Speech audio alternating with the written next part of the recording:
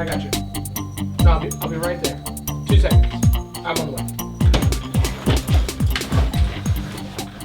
What's up, guys? Stevie here, Battalion. And today's gonna be the first episode of Tech Shop Tuesday. Now, what Tech Shop Tuesday is, it's a basically some tutorials, technical how-tos, just some of my knowledge and experience to help you guys keep your guns out of the shops and on the field. So today's episode is going to be about motors. We're going to do a motor change. We're going to do some troubleshooting on motors, some of the different types of motors and what they're going to do for your gun as far as speed and torque and this and that. We got one gun in the shop now that's got a motor issue, so we're going to tackle that. And I'm going to give you some information on if your gun's having the same issue. So let's get to it. Alright guys, so this is the gun we're going to be working on. It's a VFC 416. It's a custom gun that's for sale here, but it's a 416, so you've got the longer rails, but it's got the C, the shorter stock on it. Now, the guy who's selling it said there was a little bit of a motor issue, so we're going to clear that up, and then we're going to put it out there on the rack. But let's hook it up to a battery and see what it does. Trusty 11-1. Nothing. Nothing in full auto, nothing in semi, nothing. So, this is a problem we get a lot here. Kids will come off the field and not understand why the gun's not shooting. Say it was shooting completely fine and all of a sudden you get nothing. So 9 times out of 10 what's going to happen is one of the spade connectors on the motor is going to come off. Just vibration or playing around, dropping it, throwing it on stuff, throwing it against bunkers, bracing it, all that stuff can lead to one of those connectors coming off because they're just pieces of metal and a little metal end bell, so it happens and it's not a big deal. I'm going to show you how to fix it. So first thing, we're going to need a number 2 mil Allen key. So on the 416s, there's 2 screws in the front and 1 adjustment screw. So we'll go ahead and take these 2 screws out.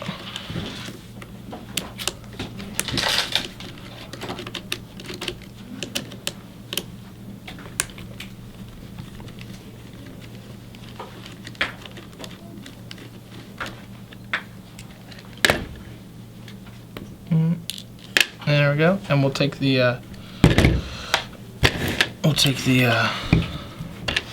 end of it off. Oh, almost. There we go. So put this aside somewhere you don't lose it. All right. Now, just like I thought, if you can see, the spades come off the positive terminal, so that's why the gun wasn't firing. But this gun's getting an upgraded motor anyway, so we're going to take it out and I'm going to teach you how to switch them. So that was the issue with why it wasn't firing. And if you were going to fix this, all you'd have to do is take that little red connector and slide it down over the red terminal on the motor, put the end back on, and you'd be good to go. So I'm going to show you guys how to change it. So first thing we're going to do is take the other one off, and then we're going to pull the motor out. So I like to use needle nose pliers so you can get in there and grab it, and you don't have to worry about damaging anything. So I just took the other one off. So we got both of them off, and I'm just going to slide the motor, pick it right up and out. Maybe. There we go. So, no motor. Alright, so this was the stock VFC motor. It's pretty good motor, but he wants a better one, so we're going to put a better one on. So, I'm going to set this to the side. I'm going to show you the different kinds of motors there are. Alright, so these are a couple motors we sell here at Battalion. These first 3 are. These other ones are for reference. So first, I'll teach you a little bit about motors. Motors come in 2 kinds, speed and torque, and what differentiates the 2 is the turns per armature. This is an armature, and if you look, you see all the copper wire ran around that? The more wire there is, the more torque you get. So this one would be torqueier than this one, and this one would be faster than this one. So there's less on this one and more on this one. So this is a torque and this is a speed. So knowing that, there are 2 different kinds of magnets. The one on the right here is ferrous. That's what stock motors come in, just because they're cheaper, easier to produce and all that. And on the one on the left, you see the silver ones. Those are neos or neodymium magnets. So those are stronger. So you want all of your upgraded motors and all of your aftermarket motor parts are going to come with neo magnets and not versus the stock one. You can't really see, but if you look in the VFC one, see how you can't see the shiny magnets compared to the other one? That's because this one's stock and this one's upgraded. Well, it's just aftermarket. So, to the motors we sell. The customer's told me he wants about 20 rounds a second. So, given that the guns on stock ratio gears, the SHS high torque should be right at 20, maybe 19.5, so it'd be right at 20. But we sell the SHS high torque, which is more windings. It's got 16, I believe. We sell the SHS high speed, which has 12 windings, so that's a faster motor than that. And we sell the M140. Cool trick with the M140 is the turns per armature is the first two numbers. So in the 140, it's going to be 14. So this one's a 12, this one's a 14, this one's a 16. So we're going to opt with the slower motor, but just because it's a torque doesn't necessarily mean it's going to be that slow. So he wants the torquey one. The speed, he'd probably hit, 26, 27. So we're going to go with a slower motor because he wants a slower rate of fire. So back to the 416. Now, on this one in particular, you don't have to cross the red wire over. A lot of aftermarket M4s and pretty much any of the guns that come with the motor in the grip handle here, you'd have to cross the red one over, put the motor in, and then cross the red wire back over top of the motor and then connect it. This particular 416 shim 2, you don't have to do that. It sits right in there in between both sides, but since this wire is kind of long, you kind of got to cram it one side, which is not optimal. But most likely you'll see on yours, when you pull the motor out, both wires will be on the back side, and then you're going to cross it over, which is why this one's so long. But it sounds better with them separated, and there's no binding involved. So what you do is take your motor, and if you can see on the bottom, it's got a positive side. So that's our red wire, and the other side with no marks on it, it's going to be negative.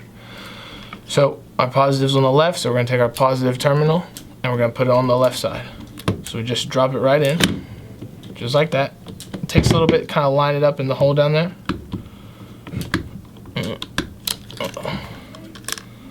Let's try again. There we go. So now it's in. So we're going to connect the negative like so.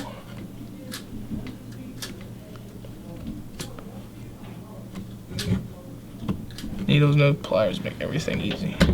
See, so we've got the negative one on there. Now we're going to connect the positive.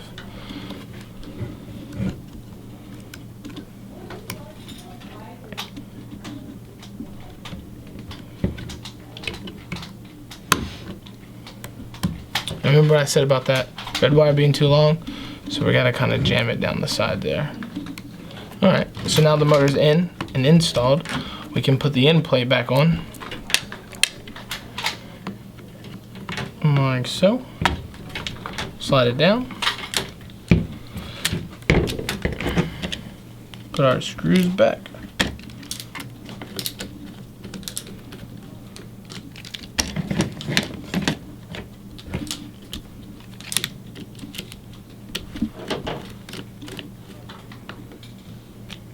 Okay. Let's test fire now.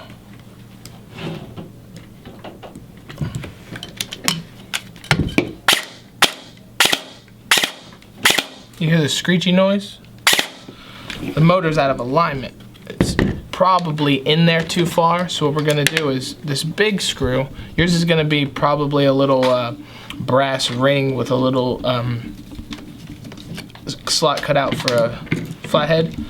We're going to adjust, oh, I need a bigger hose. I can't believe I don't have that. All right, so we're going to adjust this motor height. On again. VFC, why they gotta be so difficult? Alright, let's try now. No way that's too big.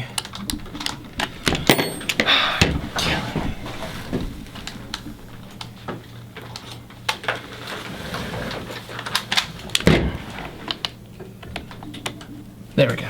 So, when you're looking at it on the bottom, righty-tighty is gonna push the motor higher into the gear set.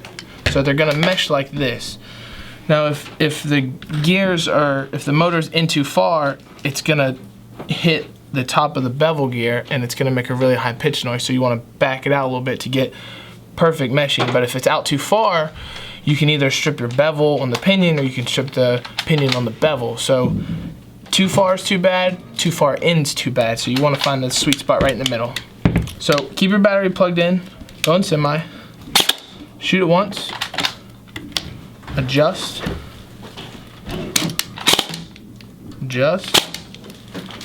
keep adjusting till it's nice and crisp. Nope, too far out, so we'll go back in.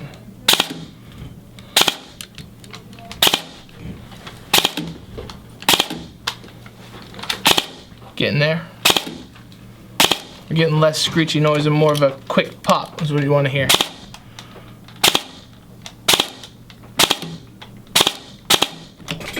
Sounds about right.